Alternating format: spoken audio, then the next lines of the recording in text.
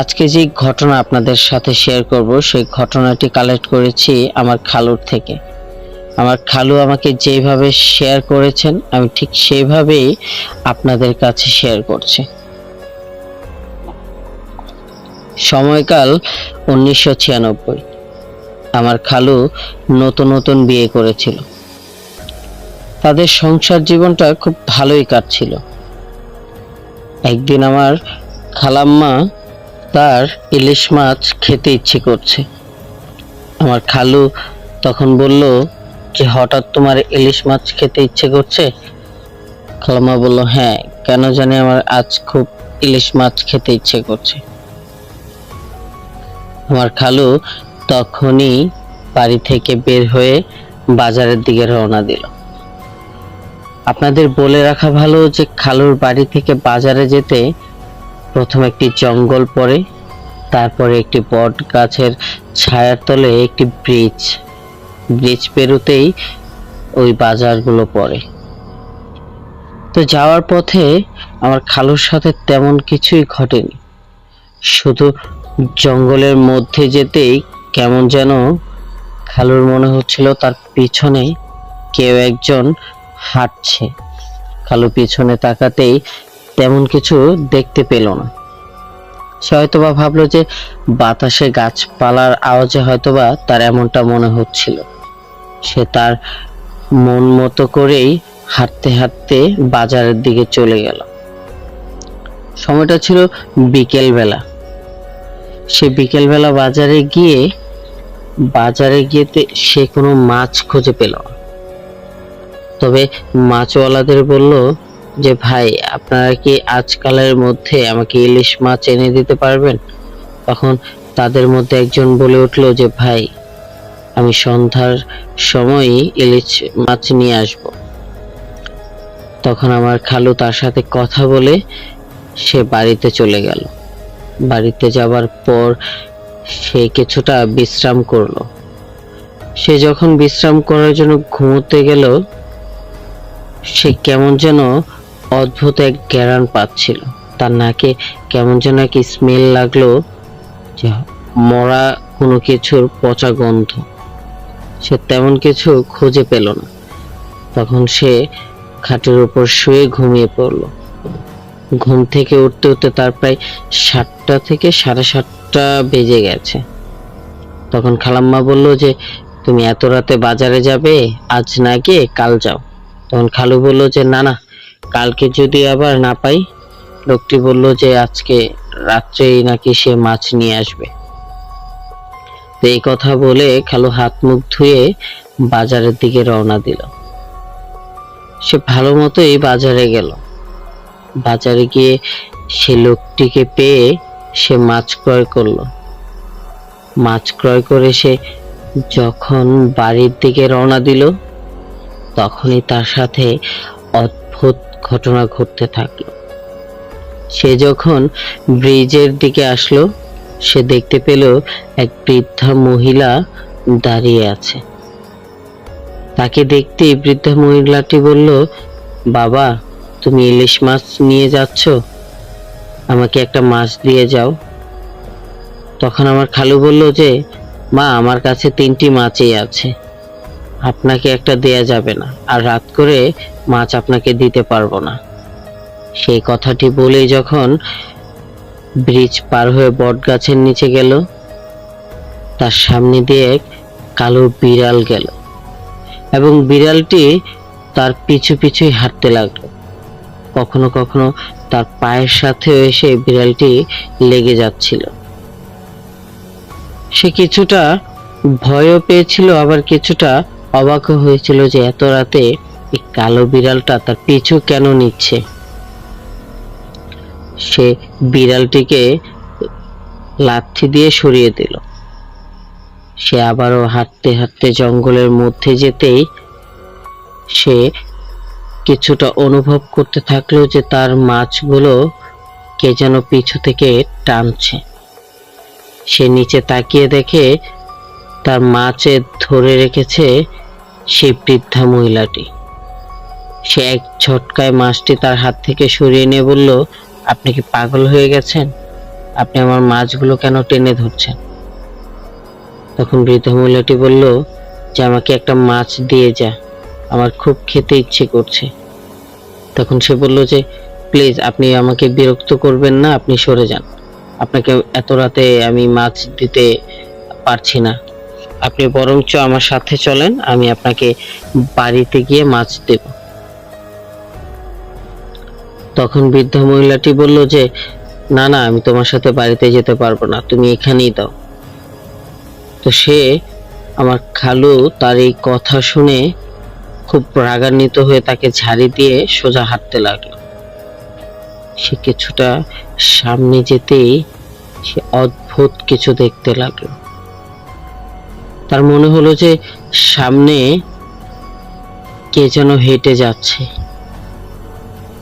সে সামনে তাকিয়ে দেখে যে সে বৃদ্ধা মহিলাটি এত বড় ছিল যে তার দুটি পা দুদিকে ছিল, আর বৃদ্ধা মহিলার পুরো শরীর ছিল ওই আসমানের দিকে। আমার খালু দেখার সাথে সাথে প্রচন্ড ভয় পেয়ে যায় এবং সে ওই রাস্তা দিয়ে আর যেতে চাচ্ছিল না। তবে তার বিপরীত আর কোনো রাস্তাও ছিল না বাড়িতে যাওয়ার জন্য। সে মনে মনে অনেকগুলো সূরা তেলাওয়াত করতে থাকে। সে যেগুলো জানতো সেই কোরআন তেলাওয়াত করতে লাগলো। তখন সেই অভয়কটি, সেই মহিলাটি আর তার সামনে ছিল না। সে সূরা পড়তে পড়তে তার পায়ের গতি বাড়িয়ে সে জোরে জোরে হাঁটতে লাগলো। সে যখন বাড়ির দিকে আসলো তখন তার পিছুতে কে যেন ডেকে উঠলো যে আমাকে একটা মাছ দিয়ে যা, নয়তো তোর ক্ষতি হবে। আমার খালু ভয় পেয়ে দৌড়ে বাড়ির মধ্যে ঢুকেই আমার খালাকে জোরে জোরে ডাকতে লাগলো।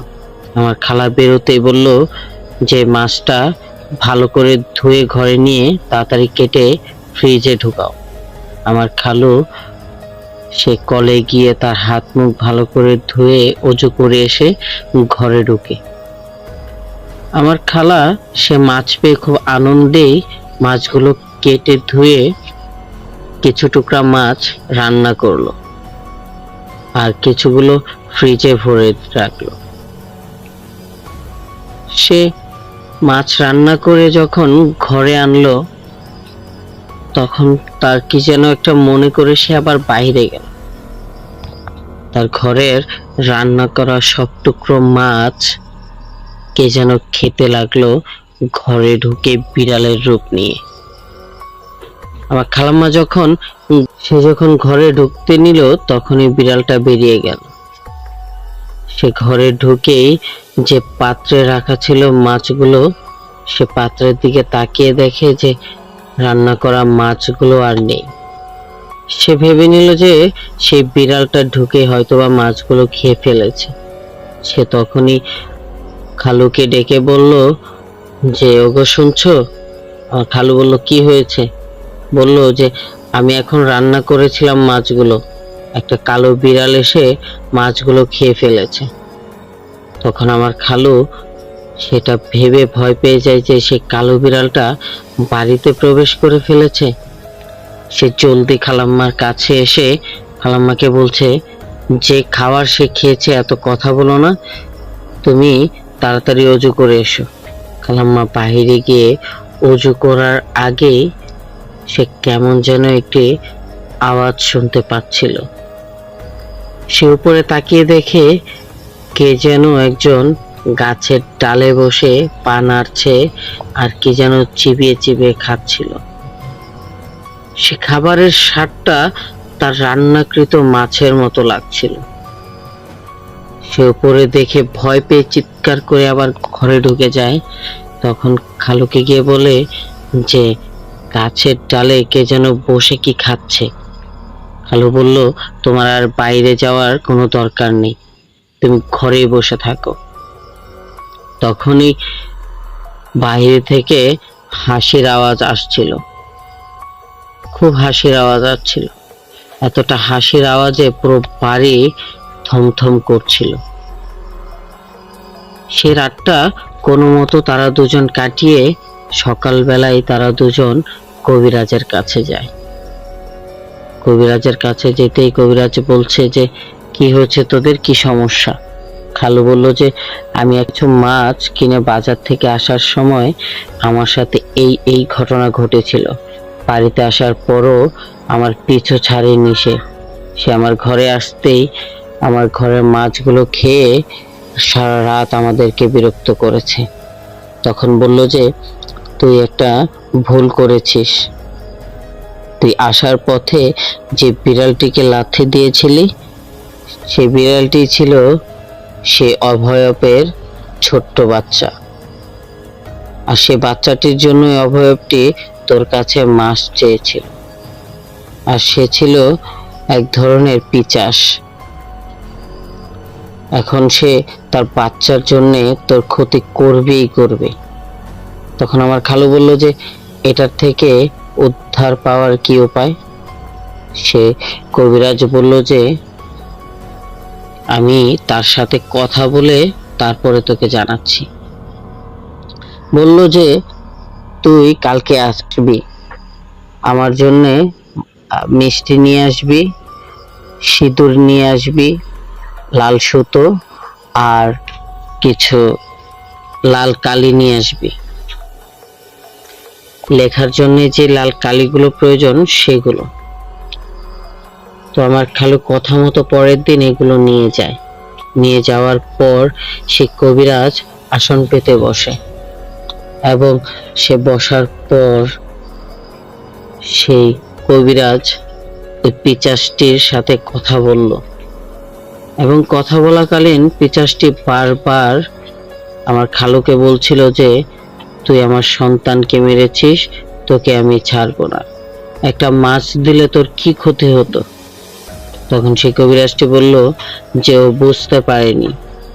এখন কি করলে তুমি ওর পথ ছেড়ে দেবে, তুমি আর ওকে বিরক্ত করবে না? তখন পিচাসটি বলল যে ওই জঙ্গলে বট গাছের নিচে আমাকে 10 কেজি ইলিশ মাছ দিতে হবে, আর আমার ছেলের জন্য ওর আরো কিছু মিষ্টি নিয়ে যেতে হবে। তো কবিরাজের সাথে কথা বলার পর আমার খালু ওই কথা মতোই বট গাছের নিচে মাছ আর মিষ্টি রেখে এসেছিল। কিন্তু সেদিনের পর থেকেও না ওই অভয়বটা এবং পিচাসটা আমার খালুর পিছন ছাড়েনি। আমার খালুকে প্রায় বিরক্ত করত। যখনই দুপুরে হোক বিকেলে হোক সে মাছ কিনে বাজার থেকে বাড়িতে যেত, তখনই তার কাছ থেকে মাছ চেয়ে নিত। আমার খালু সেদিনের পর থেকে ওই পিচাসটাকে মাছ দিত, কারণ না দিয়ে তো তার কোনো উপায় ছিল না। এমন প্রায় মাস 6 পর আর সেই পিচাসটি আমার খালুর পিছন ছেড়ে দিয়েছিল আর তাকে বিরক্ত করতো না। তো প্রিয় লিসেনার্স, এই ছিল আমার প্রথম ঘটনা, আপনাদের সাথে শেয়ার করলাম। জানি না ঘটনাগুলি আপনাদের কাছে কেমন লাগে, কারণ তেমন করে কমেন্টও আপনাদের কাছ থেকে পাই না। অবশ্যই ঘটনাগুলি কেমন লাগে আপনাদের কাছে এবং কেমন লেগেছে সেই ঘটনাগুলি কমেন্ট করে আমাদেরকে জানাবেন, মন্তব্য করবেন। আমরা আপনাদের লাইক এবং কমেন্ট দেখে উৎসাহিত হই, আরো বেশি ঘটনা কালেক্ট করার উৎসাহিত পাই আমরা। আর আপনাদের সাথে যতবার কথা বলতে চাই ততবারই বলি যে আপনাদের জীবনের সাথে ঘটে যাওয়া অলৌকিক ঘটনা এবং প্যারানরমাল ভৌতিক ঘটনাগুলি আমাদেরকে শেয়ার করবেন এবং ইমেইলে পাঠিয়ে দেবেন। আমরা অবশ্যই সেই ঘটনাগুলি আমাদের লিসেনারদের কাছে পৌঁছে দেব। তো চলুন কথা না বাড়িয়ে দ্বিতীয় ঘটনাটিতে চলে যাওয়া যাক।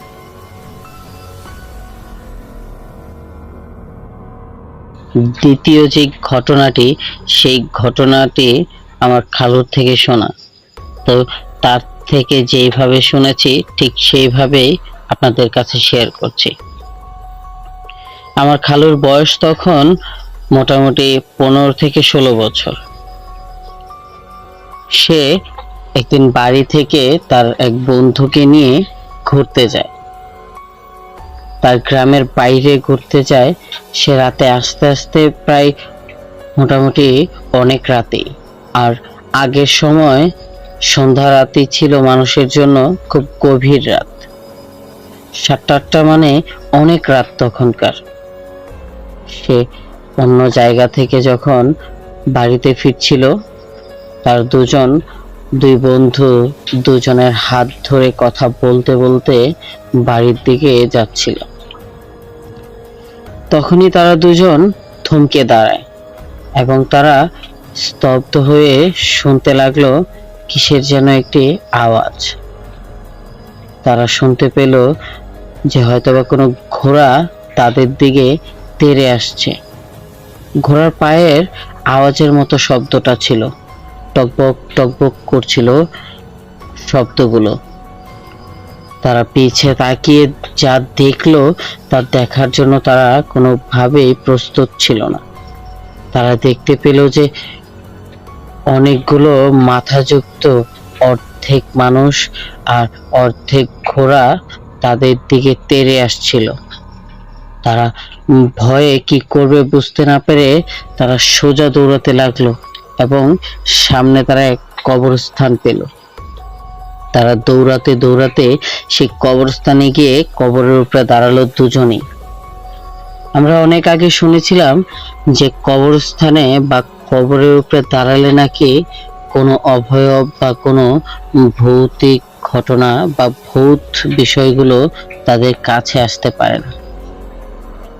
তো তারা এইটাই মনে মনে ভেবে কবরের উপরে গিয়ে দুজনেই দাঁড়িয়ে পড়ে। আর ওই মাথাযুক্ত অর্ধেক ঘোড়ার অর্ধেক মানুষটা সেখানে আর আসতে পারে না, সেখানে অদৃশ্য হয়ে যায়। তারা এরপরে অনেক বিভিন্ন ধরনের আওয়াজ শুনতে থাকে। তারা এতটাই ভয় পেয়ে যায় যে তারা ওইখানেই সেন্সলেস হয়ে পড়ে যায়।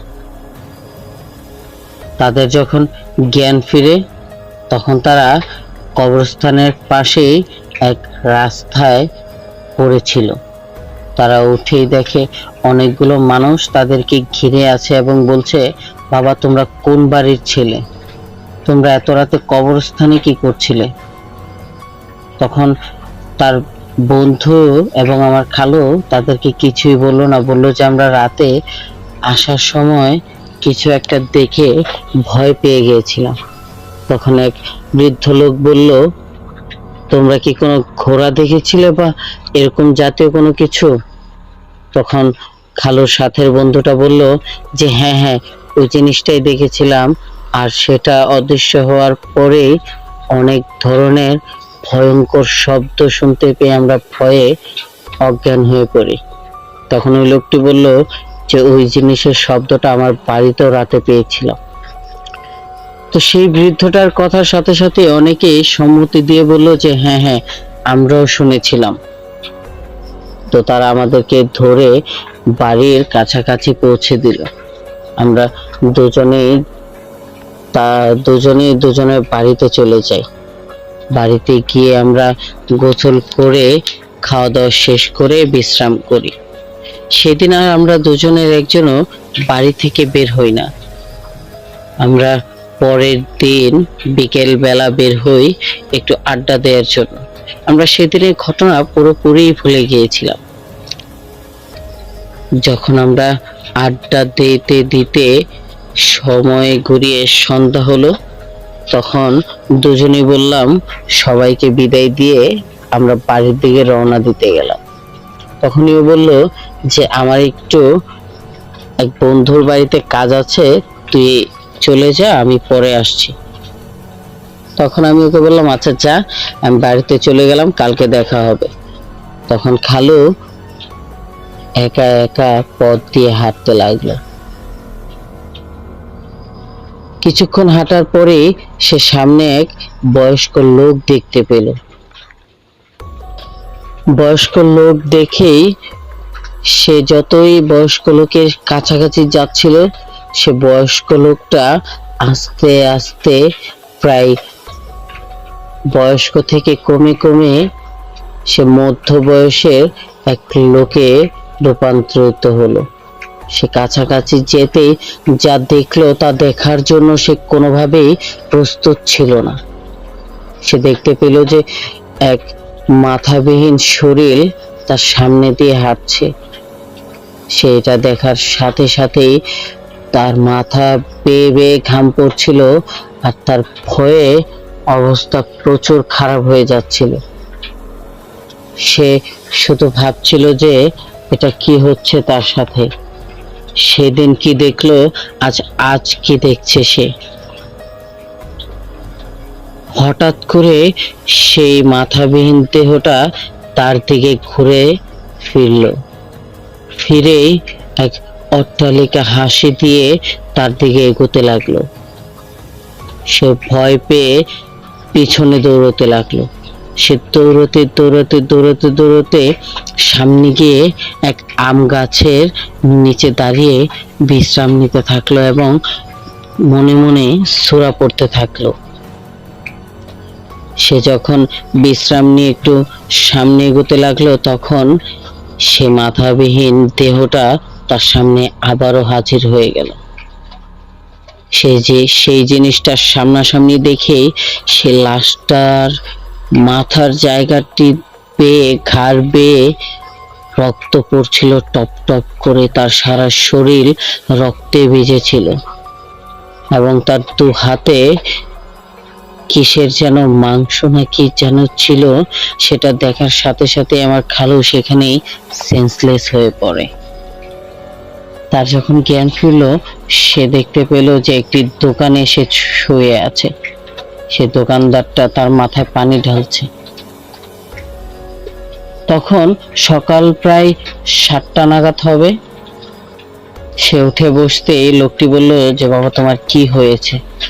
সে বলল যে, আমি এমন এমন ঘটনা রাতে দেখতে পেলাম। তখন সে লোকটি বলল, তুমি আর কখনো রাত করে এই পথ দিয়ে যাবে না।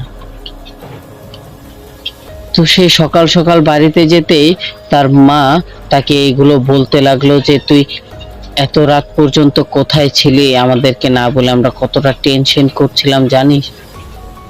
তখন মা চিন্তা করবে ভেবে আমার খালু কিছুই বলেনি তাকে। সে ওই দিন বাড়িতেই ছিল। সে সন্ধ্যার পরে খাওয়া দাওয়া শেষ করে যখন সে বাইরে গেল, ওয়াশরুমের দিকে যেতে লাগলো, সে দেখলো তার ওয়াশরুমের সাইডে দাঁড়িয়ে আছে ওই মাথাবিহীন দেহটা। সে আবার ভয়ে চিৎকার করে উঠলো এবং তার মা বাবা সবাই দৌড়ে আসলো। এসে বলল, কি হয়েছে? বলল যে, মা আমি মাথাবিহীন একটি দেহ দেখলাম এখানে দাঁড়িয়ে আছে। আমি চোখ বুজে, এখন তোমরা আসতে আমি চোখ মেলে দেখি ওই জিনিসটা আর নেই। আর আগের সময়ের সেই বাথরুমগুলো ঠিক টিনের ছিল না, ছিল বিভিন্ন বেড়া দিয়ে সেই বাথরুম তৈরি করতো। তখনকার এতটা উন্নত ছিল না আমাদের মতো। এখন তো বিভিন্ন বাথরুম আমাদের টাইলস দিয়ে তৈরি করা থাকে এখনকার, বা দেশ গ্রামে এখন টিনের তৈরি। তো তখনকার তেমন কিছুই ছিল না, কিছু চাটাইয়ের বেড়া বা পর্দার বেড়া ছিল তখনকার বাথরুমে। তো সে এগুলো দেখার পর সে আর নিতে পারছিল না আমার খালু। তার ভীষণ জ্বর উঠে যায় এবং তাকে অনেক ডাক্তার দেখানো হয়। সবাই বলে সে নাকি কিছুদিন ধরে আবোল তাবোল বলছে, কিন্তু সেই জানে যে তার সাথে কি ঘটছিল। সেই উপলব্ধি করতে পারছিল যে তার সাথে কতটা ভয়ানক ঘটনা ঘটছিল। সে প্রায় রাতে এই মাথাবিহীন দেহটাকে দেখত। তাকে বিভিন্ন ঝাড়ফুঁক করা হয়, তাবিজ দেওয়া হয়, তারপরে ওই জিনিসটা তার পিছু ছাড়ছিল। তো সে ওই জায়গাটা ছেড়ে ঢাকায় চলে আসে, তাদের গ্রাম ছেড়ে ঢাকায় চলে আসে এবং ঢাকায় এসে তার মামার বাড়িতে গিয়ে তার মামার কাছে গিয়ে সে সব ঘটনা খুলে বলে এবং তার মামা মসজিদের ইমাম দিয়ে তাকে ঝাড়ফুঁক করানোর পর সে আর কোনো কিছুই সেদিনের পর থেকে দেখেনি। তো প্রিয় লিসেনার্স, এই ছিল আমার খালু থেকে শোনা দ্বিতীয় ঘটনা। তো আশা করছি আমাদের ঘটনাগুলি আপনাদের কাছে অবশ্যই ভালো লাগছে না কেমন লাগছে অবশ্যই আপনারা কমেন্ট করে আমাদেরকে জানাবেন আর উৎসাহিত করবেন। তো প্রিয় লিসেনার্স, আপনাদের যদি আমাদের এই ভৌতিক চ্যানেলটি ভালো লাগে এবং ভৌতিক ঘটনাগুলি ভালো লাগে অবশ্যই চ্যানেলটিকে সাবস্ক্রাইব করবেন এবং বেল আইকনটি ক্লিক করে পাশে থাকবেন, লাইক কমেন্ট করবেন এবং অবশ্যই শেয়ার করবেন আপনাদের নতুন বন্ধুদের এবং আপনাদের বন্ধুদের কাছে আমাদের এই নতুন ভৌতিক ঘটনার চ্যানেলটিকে পৌঁছে দেবেন। যদি আমাদেরকে ভালো লাগে অবশ্যই আপনাদের সাথে ঘটে যাওয়া এবং আপনাদের ফ্যামিলি, পাড়া প্রতিবেশী এবং আত্মীয় স্বজনের সাথে ঘটে যাওয়া ভৌতিক ঘটনাগুলি আমাদের কাছে পৌঁছানোর জন্য আমাদের চ্যানেলের ডিসক্রিপশনে গিয়ে আমাদের ইমেল অ্যাড্রেসে আপনার নাম, আপনার ঠিকানা এবং আপনার বয়স লিখে সেই ঘটনাটি সেন্ড করে দেবেন। যদি আমাদের ভালো লাগে আপনাদের ঘটনাগুলি অবশ্যই আমাদের লিসেনারদের কাছে আপনাদের ঘটনাটি পৌঁছে দেব, শেয়ার করব। তো আজকের মতো বিদায় নিচ্ছি। আসসালামু আলাইকুম ওয়া রাহমাতুল্লাহি ওয়া বারাকাতুহু। সবাই ভালো থাকবেন।